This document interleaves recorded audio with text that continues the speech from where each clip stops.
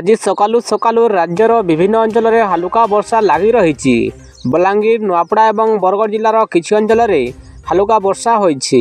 फल तातीरू आश्वस्त होती बलांगीर सहरवासी। सेहीपरि नुआपड़ा कालबैशाखीर प्रभाव में वर्षा होइछि। कोमना ब्लॉकर अनेक स्थान में कुआपथर वर्षा होता देखा मिली। कुआपथर माड़े पनीपरिया चाष और धान फसल नष्ट होता देखा मिली। बरगढ़ जिले में कोहला पाग लगी झिपिझिपि वर्षा होइछि। आज राज्यर विभिन्न जिला को बिजुली घड़घड़ी सह वर्षा अलर्ट देइछि पाणीपाग विभाग। आज 11 जिला को पाणीपाग विभाग पक्षर येलो वार्निंग जारी होइछि। पुरी, खोर्धा, नयागढ़, सोनपुर, बौद्ध, नुआपड़ा, बलांगीर, कलाहांडी, कंधमाल, नवरंगपुर, रायगड़ा जिला को येलो वार्निंग जारी करा जाइछि। सेही बोली आसंता 11 तारिख जाए राज्यर विभिन्न स्थान में वर्षा होबार संभावना रही।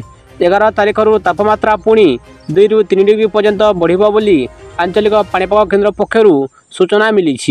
कालबैशाखीर प्रभाव में ओडिशा रे ताती आहुरी ह्रास पाइछि।